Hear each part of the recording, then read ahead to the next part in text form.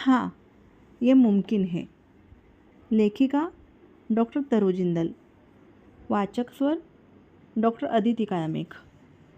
श्रमदानाची जादू. जगात जो बदल झालेला तुम्हाला पाहायचा आहे तो बदल तुम्हीच व्हा. महात्मा गांधी. सुरुवातीपासूनच ओटीमधल्या कर्मचाऱ्यांशी आमचं चांगलं जुळलं होतं. ते सगळे लोक मोकळ्या मनाचे होते आणि त्यांनाही तिथं सुधारणा झालेल्या हव्याच होत्या. पण संपूर्ण निष्क्रिय व्यवस्थेत तेही अडकल्यासारखे झाले होते. त्यामुळे मग ते सुद्धा दुसऱ्यांवर जबाबदारी झटकून मोकळे व्हायचे. आम्ही कशाला हे करू, हे तर HMचं काम आहे. जरी सगळे बदल करणं आपल्या हातात नसलं तरी आपल्याला शक्य असलेल्या लहान सहान गोष्टी करण्यावाचून आपल्याला कोणी रोखत नसतं, हे मला त्यांना समजवायचं होतं. पण कसं? ही गांधीजींची भूमी होती. भारतातल्या पहिल्या सत्याग्रहाच्या या भूमीवर मी लोकांच्या मनात कोणत्या ना कोणत्या प्रकारे गांधीजींना पुन्हा जागृत करू शकेन का? मला फार विचार करावा लागला नाही. गांधीजींचं आवडतं श्रमदान आपण इथे राबवू शकतो हे माझ्या डोक्यात आलं. गडचिरोलीमध्ये डॉक्टर अभय आणि राणी बंग हे गांधीजींचे सच्चे अनुयायी हे आचरणात आणत असल्याने माझ्या डोक्यात आलेली कल्पना प्रत्यक्षात उतरवता येण्यासारखी वाटली. त्यांच्या केंद्राला मी जेव्हा भेट दिली होती तेव्हा तिथल्या श्रमदानात मी सहभागी झाले होते. सकाळच्या वेळात आम्ही आवार झाडायचो आणि तण उपटायचो. या श्रमदानाने मोठं मानसिक समाधान मिळायचं आणि मला ती कल्पना फारच आवडली होती. हो, हाच सर्वोत्तम मार्ग ठरेल. मग ओटीच्या कर्मचाऱ्यांबरोबर एक बैठक घेऊन ओटीचा चेहरा मोहरा बदलून टाकण्यासाठी आम्ही एक योजना ठरवली. त्याची सुरुवात एक दिवस सगळ्यांनी स्वच्छता करण्यापासून करावी असं मी सुचवलं. त्यासाठी मी मुद्दामच श्रमदान हा शब्द वापरला होता. मी कोणी फार मोठी शहाणी होते असं नाही, पण मला खरोखरच असं वाटत होतं की श्रमदान या शब्दाच्या केवळ उल्लेखानेही मनापासून काम केलं जातं.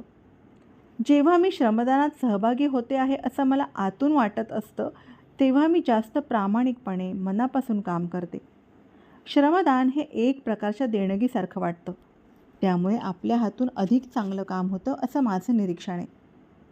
हां, श्रमदान का आयडिया अच्छा लगता है, ओटी बाबू मिस्टर वाजपेयी म्हणाले.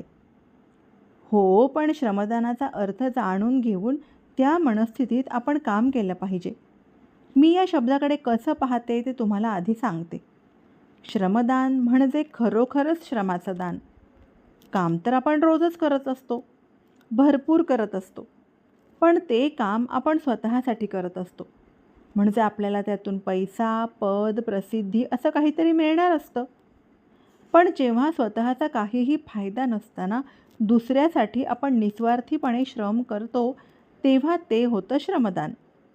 दुसऱ्याच्या भल्यासाठी आपण आपला वेळ, श्रम आणि ऊर्जा खर्च करतो ते हे दान.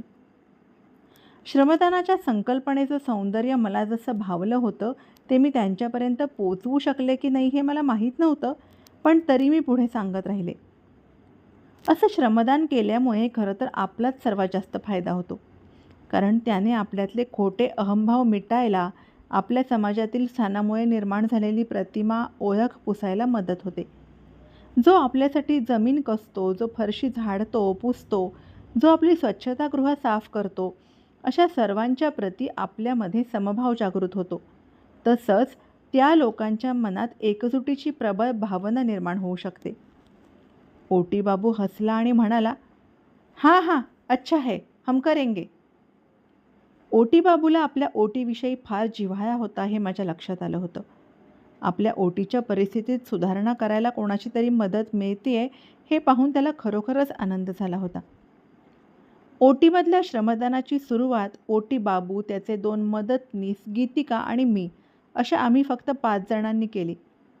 एका शनिवारी आम्ही झाडू आणि साबण पावडरचं एक मोठं पाकिट घेऊन हजर झालो.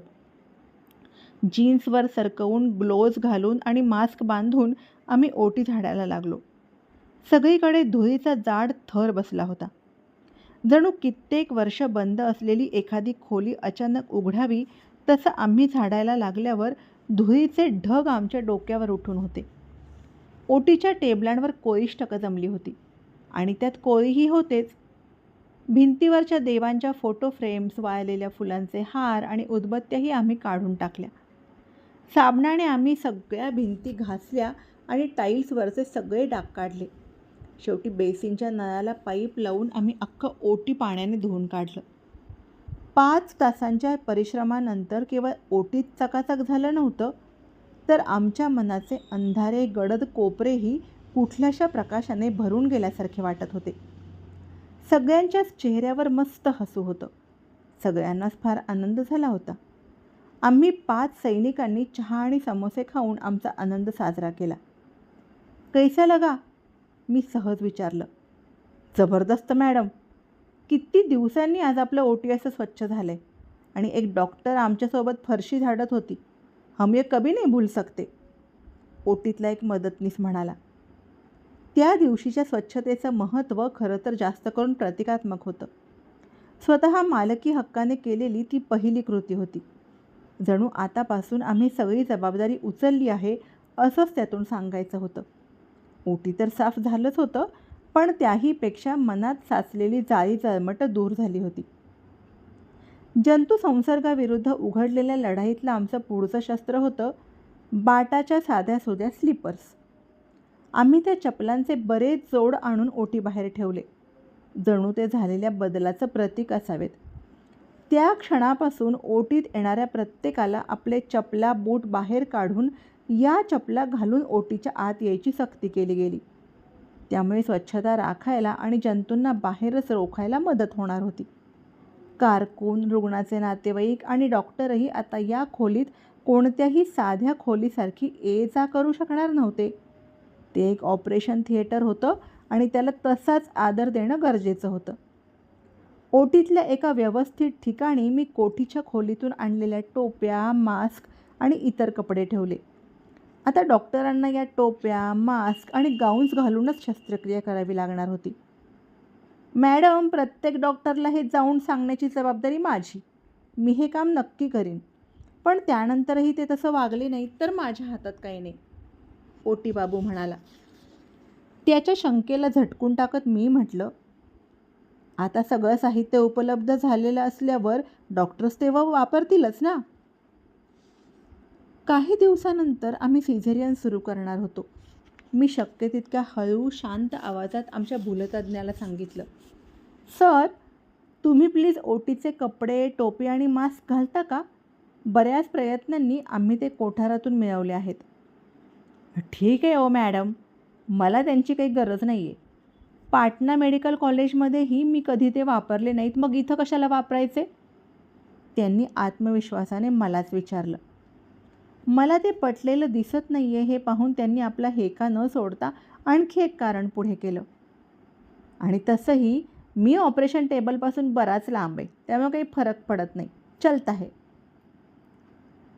त्यावेळी मला प्रकर्षाने जाणवलं की इतके दिवस फक्त टोप्या आणि मास्कची कमी होती असं नाही, तर खरी गोम ही मानसिकतेमध्ये होती.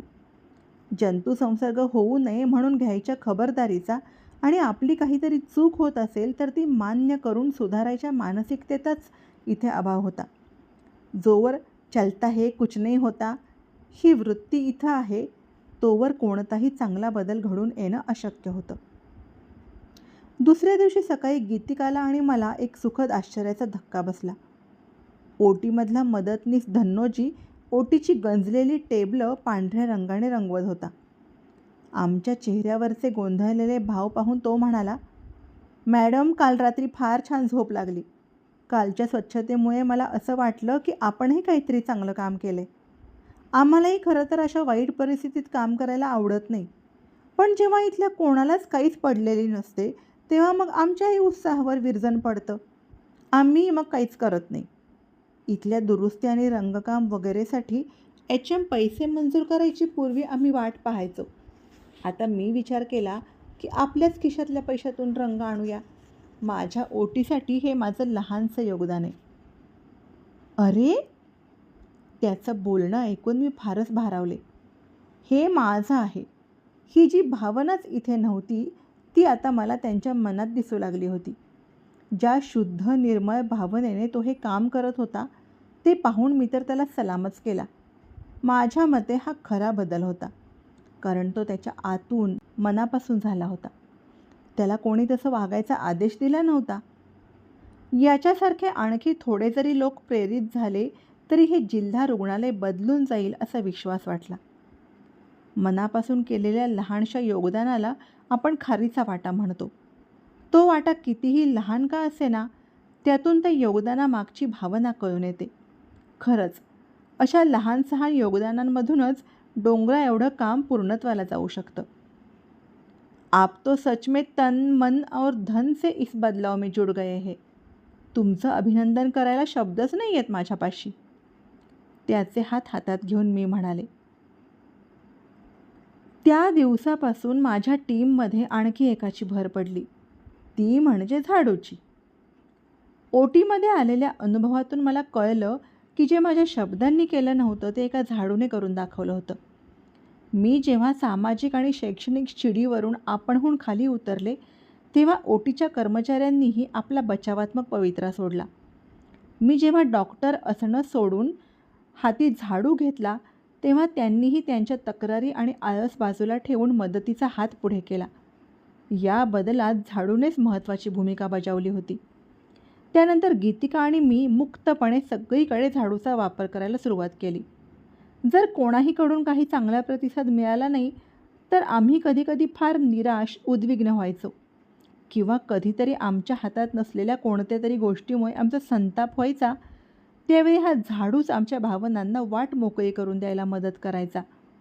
अशावेळी आम्ही सरळ ग्लोव्ज घालायचो, साबण झाडू वगैरे घेऊन ध्यान करावं तशा शांततेमध्ये सरळ प्रसूती कक्षाच्या भिंती घासायला लागायचो किंवा वॉर्डातले काने कोपरे साफ करायचो. कसं कोणास ठाऊक, पण त्याने आमची मनं शांत व्हायची, राग निघून जायचा. दुखावल्या गेलेल्या मनाला साफसफाई करणाऱ्या हातांमुळे फुंकर घातली जायची. जेव्हा रुग्णालयात काहीच चांगलं घडायचं नाही तेव्हा आपण काहीतरी करतोय ही भावना त्या साफसफाईने यायची. आणि जेव्हा सगळीकडेच निराशाजनक वातावरण असायचं तेव्हा आपण काहीतरी उपयोगी काम करतोय असं वाटायचं. तो झाडू म्हणजे आमच्या लढाईतलं शस्त्रच होतं जणू. काहीच नाही तर निदान या वॉर्डाचा हा कोपरा तरी आपण स्वच्छ करू शकतो. आम्हाला असं करताना पाहून बघणाऱ्या लोकांना धक्का बसायचा, पण तो काही आमचा उद्देश नव्हता. जर काही उद्देश असलाच तर तो हाच होता की या रुग्णालयाला आपलं समजून वॉर्डातल्या भिंतींवरच्या घाणीपासून ते जे काही वाईट होतं ते सारं बदलण्यासाठी काम करणं. सब कुछ मेरी जिम्मेदारी, सब कुछ मेरा काम. झाडू आणि धूळ हे तर फक्त प्रतिकात्मक होतं. एक डॉक्टर स्वतः साफसफाई करतीये या गोष्टीकडे लोक सहजी दुर्लक्ष करू शकत नव्हते. आमच्या उत्साहाची लागण त्यातल्या काहींना झाली आणि मग या स्वच्छता मोहिमेत तेही सहभागी झाले. आम्हाला आनंद झाला होता. आमची टीम दिवसेंदिवस वाढत चालली होती. धन्यवाद.